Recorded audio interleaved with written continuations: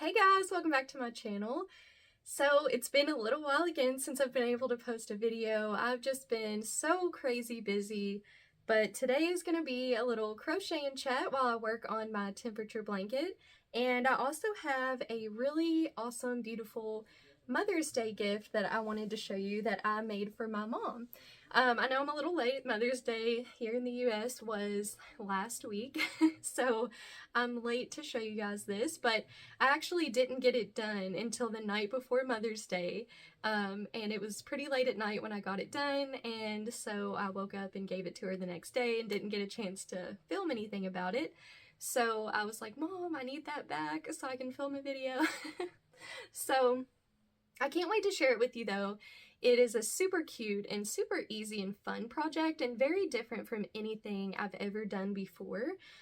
So this is a gift that would be good for not just Mother's Day, but for your own self, for home decor, or as a gift to, pretty much anybody. I would be so happy to receive this gift. So I'm going to show you at the end of the video, I will show you that gift that I made for her. But here is so far what my temperature blanket is looking like. So last time that I talked to you guys, I was like over a month behind on my moss stitch blanket. And mostly because I got addicted to hexagon cardigans and making those. But finally I've gotten back into it. I've been working on it the last few days and I've gotten caught up quite a bit. So I only have about maybe like 9 or 10 days that I have left to catch up on. So I'm just gonna work on it while we're talking a little bit about what's been going on and in my life and some other things. So here is the blanket so far. It's getting big enough now where I have to stand up to show you the whole thing. So this part here is what I've been working on, so probably, I don't know, maybe a chunk like that big. So here is a close-up of that section. And if you're not aware, I'm using the I Love This yarn in all different variegated colors. And I am doing the high temperature every day. And here's my color chart right here. I know I haven't done an update on this in a while, so just in case I have anyone new that hasn't seen any of my temperature blanket videos, I always just want to go over a little bit of the basic information. I am using a 5.5mm hook, and yeah, so this last few weeks that I've been catching up on, we have mainly used the color The Struggle is Teal, Sunset. We used a couple of the Spring Green. We had a few rows of that, and Amber Honey. Those are the 4 colors that we've been using quite a bit. So the blanket definitely is changing. Of course, it being variegated, it might be a little harder to tell, but I feel like down here where we first started, there was a lot of those like deeper tones. And then, you know, as we've worked our way now into more consistently warm temperatures, we have more of those brighter colors, a lot of the white and the yellow and the orange and the pink and the blue. So really bright and colorful. I love this little patch of green and yellow there. I think that's so cool. So right now I'm in the middle of doing like, let's see, 1, 2, 3, 4, 5, 6, 7, 8 full days of the same color, which is The Struggle is Teal. It's the first time that has ever happened. Normally at the most there's like 2 or 3 days of the same color so far, because in Kentucky our weather in the spring is just so up and down. But around this time of year we'll start evening out, and so I've got a big consistent chunk of The Struggle is Teal that I'm working on. So also, pardon the crazy hair. I'm telling you guys, I've been so busy. I've missed filming. I've missed talking with you guys so much. But you know, life happens sometimes, and we have other priorities that we have to attend to. And also, my younger son, he is out of preschool for the summer now, so obviously that changes up what my days look like. Let me get this blanket all situated. I'm struggling over here. Okay, I'm gonna put my camera down just a little bit so that you guys can kind of see me as I'm working on it. Hopefully that doesn't cut my head off. Okay, that'll hide some of my messy hair maybe. Alright, so what has been going on in my life? So last that I talked to you guys about everything going on, I had mentioned that I was studying for a test to be able to be a aide at one of my kids' schools the next year. And I don't know if I told you guys or not, but I did pass the test, so I'm very, very thankful for that. That was like a huge relief off of my shoulders because I haven't done any school material, any kind of studying for any kind of test or taken any kind of test in years and years and years. I graduated high school in 2009, went to like a couple semesters of college like in 2010, so that's 13 years ago.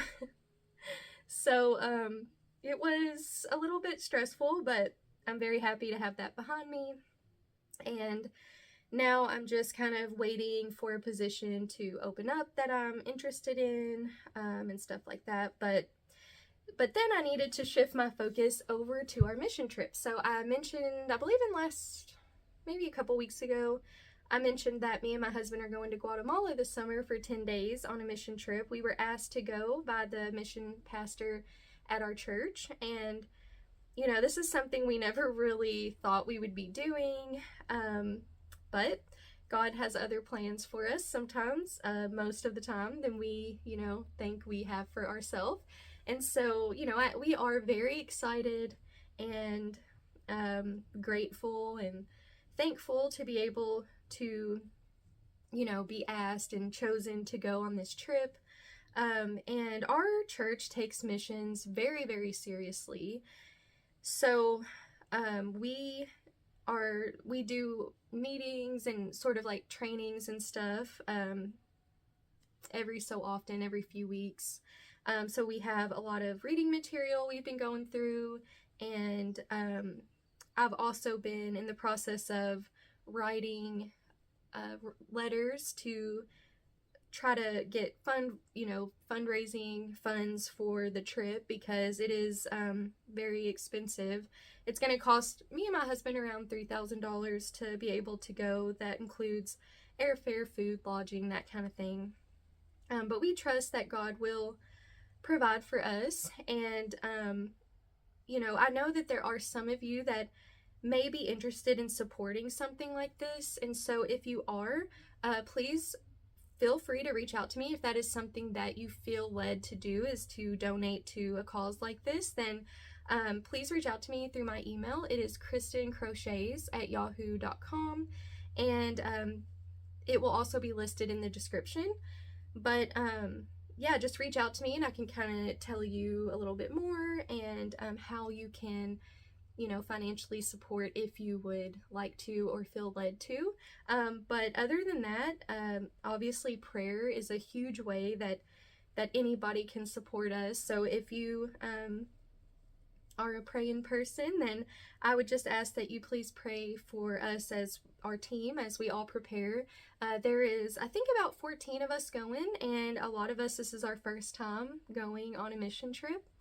And we will be leaving at the very end of July, and we'll be back at the end of the first week of August.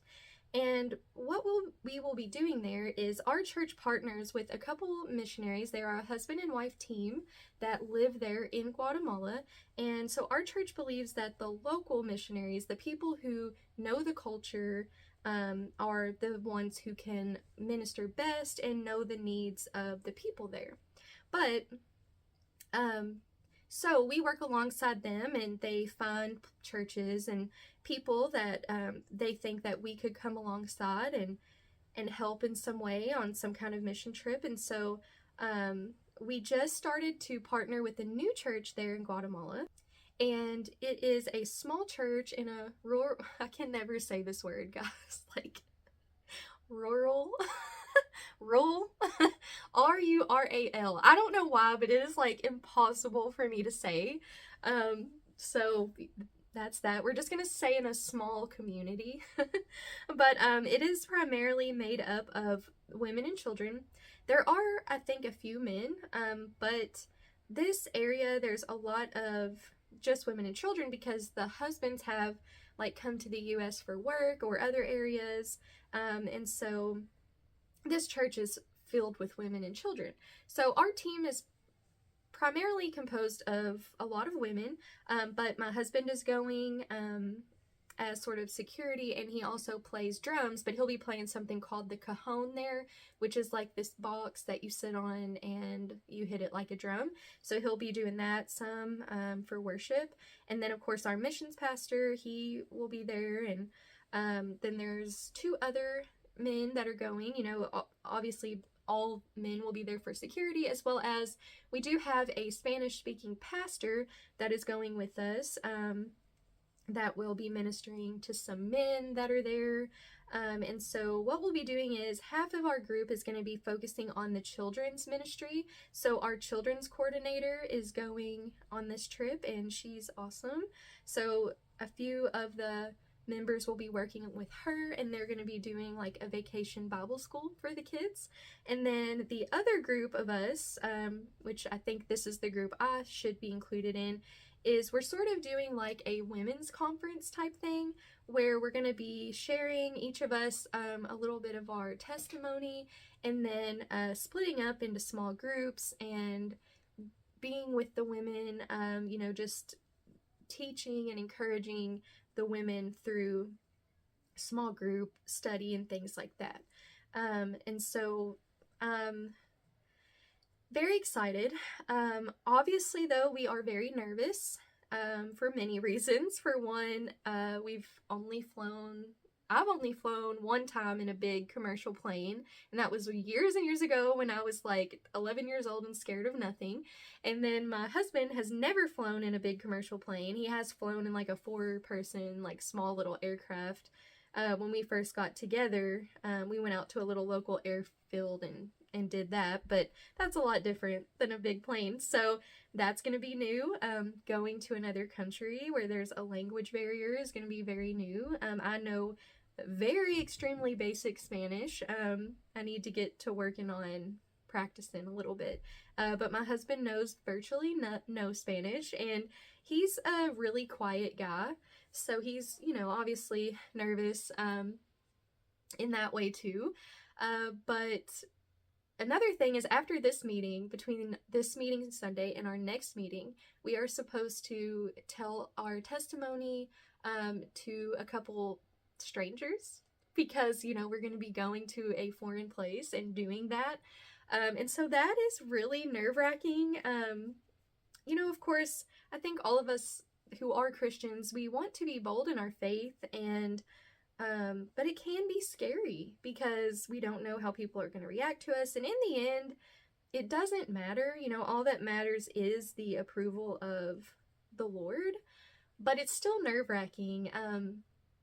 And so I would just ask if you all could just pray for us, for one, for our safety, pray for the team, and for us to be able to prioritize getting ready for this trip and preparing, and also just that you would help us to know that the Lord is going to lead and guide us, and that the Lord will give us the words that we need to say and the people that we need to tell it to.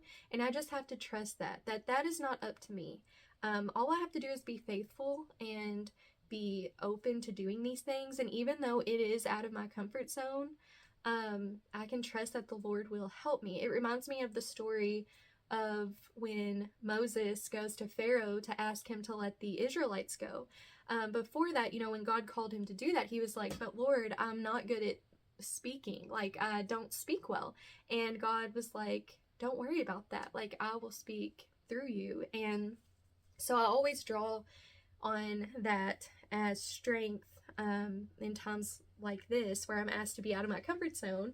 Many of you may be like, why are you nervous to talk to people about it, because you talk to us about it all the time? Well, it's a little different talking to a camera than talking to someone in person.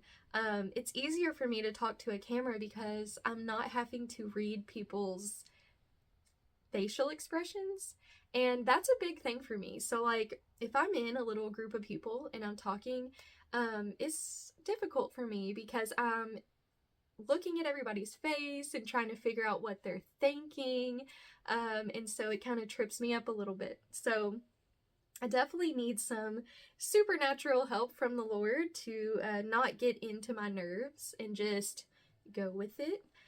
So I would really, really appreciate your prayers. That is something that, you know, we really need more than anything is prayers. And of course, pray for the people there in Guatemala that we will be going to minister to, that we could build relationships with them. And overall, I know that this is just going to be a life-changing experience, and I'm just very honored and grateful to get to go. So if you would like to support in any way, then I would greatly, greatly appreciate it. Please do not feel obligated, but I did want to put it out there because I know that there are some that may want to, and so just reach out to me through email and I'd be happy to talk with you. So anyway, so as you can see, I've been very busy trying to prepare for this next meeting coming up. And then, of course, we had Mother's Day last weekend, and my birthday was the day before Mother's Day. So I turned 32 years old, and my husband planned a really special weekend for me. He surprised me with my family coming over on Saturday for a little surprise cookout, and we just had the best weekend. It was so much fun.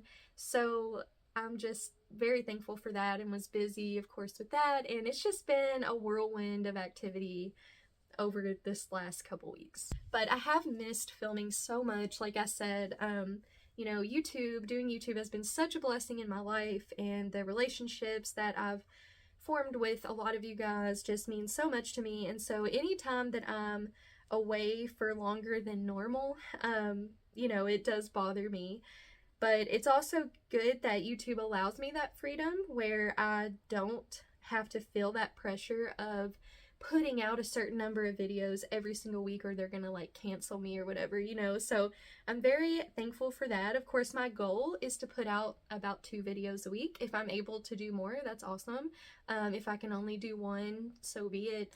And then of course there are going to be those weeks like last week where I just can't do anything at all, but my goal is to do 2 videos a week. So that's why, you know, at first, when I first started the channel, I tried to do like a schedule where I'm like, okay, I upload on this day and this day, and that's great, you know, if you're able to work that out. But at this point in my life, just with young kids and other priorities I have, it just doesn't always work out. So I'm just trying my best. So yeah, other than that, I have planted my garden now. This is the 3rd year that we have done a garden, and it's a small garden. We only have a few different tomato plants, a few zucchini plants, a squash plant, and a couple cucumber plants, and then I always plant like some sunflowers and stuff near the garden.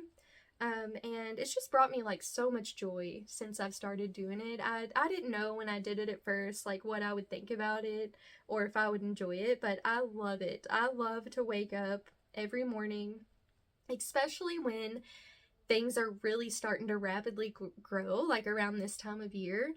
You know, when it gets further into the summer and all your plants are big and huge and it's hot and humid and you've already had 4,000 tomatoes and 10,000 zucchinis that you've eaten, and at this point you're just trying to like get rid of all the stuff you can because you're so tired of it. That, you know, that's not as fun. But this part where you just plant and you're starting to watch it grow and things are, you know, it's just exciting getting it all started. But unfortunately, I've had a little bit of issues this year. So, you know, us being new to gardening, I didn't know that whenever your garden is done for the year that you should till the ground and like get all of the debris out of the garden from the previous crops, because and the reason you do this is because it can cause these things. I'm sure there's many reasons, but one of the reasons is because these little beetles called flea beetles like to basically sort of like hibernate in the soil over winter. And so I have holes in all the little baby leaves of my tomato plants, and it is so sad, but I got like some of that 7 dust and we put it on there last night, and I'm really, really hoping that my plants don't die, because I would be very sad. And it's getting, you know, a little bit later into the season. It's not late into the season. I mean, there's still some people that haven't planted anything in my area. But, you know, it's getting to the point where you definitely want your stuff in the ground if you want stuff to start producing, you know, at a good time to get the longest, you know, production. So I'm really hoping that they're okay, because I think if they did die and I had to purchase new ones, I would purchase, you know, ones that are already more established, and those are obviously more expensive. So there's that. I also have really enjoyed, this is the second year that I've potted some flowers and put them on my back deck. So I will show you guys that at some point. I definitely plan to film out there again here pretty soon, and I definitely would love to show you like my garden and the flowers and everything. So if you're into that kind of thing, look forward to that. And I guess the last thing to go over is the Mother's Day gift I'm going to show you. So I didn't get much done on the blanket. I got a couple, I'm on the second row, but you know, talking, I get distracted. So lately I've been really wanting to crochet some flowers, and I've seen some beautiful crocheted flower bouquets and all kinds of beautiful things on Instagram and YouTube and Pinterest, and I really just wanted to try it. So I kind of tossed around the idea of what flowers I wanted to do. I knew I wanted to do like lavender, and then I thought about sunflowers and other things. There's just so many different tutorials out there for different flowers, and my mom has this awesome coffee bar that my husband made for them a couple years ago or last year or something, and so I wanted to get her a little vase with crocheted flowers to put on her coffee bar, because she's not good at keeping real flowers alive. And so originally, like I said, I was gonna do like a mixture of different flowers, but I ended up only doing the lavender, and I followed Knotting Hook Crochet's tutorial. She did say in her tutorial that she didn't create this pattern, but she is, you know, giving us this free tutorial, so that is awesome. And they're beautiful and pretty easy. Very different if you're looking for something that's a little, you know, different than just your typical crochet. This is a super fun project. So I'm so excited to show this to you guys. This is literally one of my favorite things I've crocheted ever. But here is the little lavender bouquet. So I did 3 different shades of purple, and I got this little, I don't know if you can tell the color, there we go, this purplish pink little vase. I got this from Dollar Tree. So all you need for this is some bamboo skewers. So you can get a pack of a bunch of them at Dollar Tree. So you need those, and then you need some floral wire. And at Dollar Tree they had some, but actually at Walmart they have a better option. So at Dollar Tree they only have the kind that's wrapped around like a spool type thing, or like a, you know, whatever. At Walmart they have the kind that are in a package that are long and not wrapped around anything, so they're straight. So that's what I ended up buying, and then you just need like hot glue and some yarn and you are good to go. So yeah, it was really easy and really fun. You basically make the lavender petals, and then you take the wire and you crochet over the wire for the leaf so that it's, you know, bendable. Oops. Oh, I'm so thankful I have carpet in my room, because how bad would that be if I broke my mom's gift? But yeah, so you can, you know, bend these leaves however you want them. So that was cool. I'd never used wire of any sort in my projects, so it was fun to do that. It is a little bit tricky, but it's not super hard or anything.